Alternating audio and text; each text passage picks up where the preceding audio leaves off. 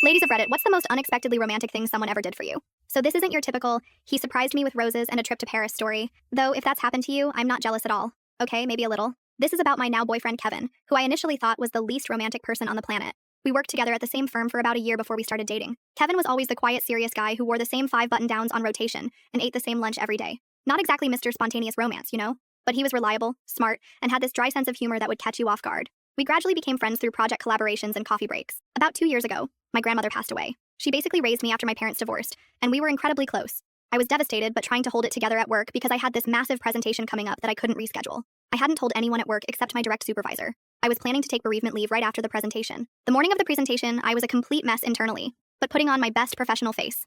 I got to my desk and found a small package wrapped in simple brown paper. No note, no nothing. I opened it and inside was a tiny wooden box with intricate carvings of lilies, my grandmother's favorite flower, though I had no idea how anyone would know this. Inside the box was a handwritten note that said, "For when you need to hold something solid, some pain is too big for words." And underneath it was this smooth, perfectly round stone with tiny flecks of blue and gold that caught the light. I was confused. Like, it was beautiful and somehow exactly what I needed in that moment. Something physical to grip when I felt like I was floating away with grief, but I had no idea who would have known to give me something so perfect. I made it through the presentation somehow, then went to the break room to have a private cry before heading home. And there was Kevin, making his usual precisely timed 2:15 p.m. coffee. He looked at me for a long moment, then simply asked if the stone helped. And that's when I realized it was from him. I asked him how he could possibly have known about my grandmother, about the lilies, about how I was feeling. And this quiet, reserved man who I thought barely noticed anything beyond his spreadsheets told me that he'd overheard me on the phone with my mom the week before. He said he recognized the particular kind of pain in my voice because he'd lost his own grandmother a few years back. As for the lilies, apparently I had a photo of my grandmother and me at her garden on my desk, and he'd noticed me touching it whenever I was stressed. He'd zoomed in on the photo once when walking by and saw the lilies.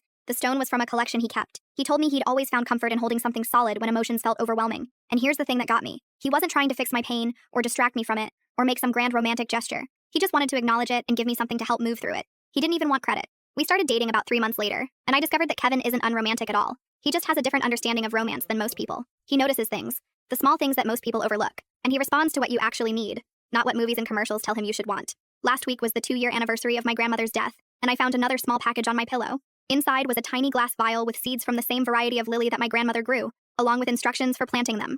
No card, no big declaration of love, just this perfect understanding of what would bring me comfort. I still have that first stone.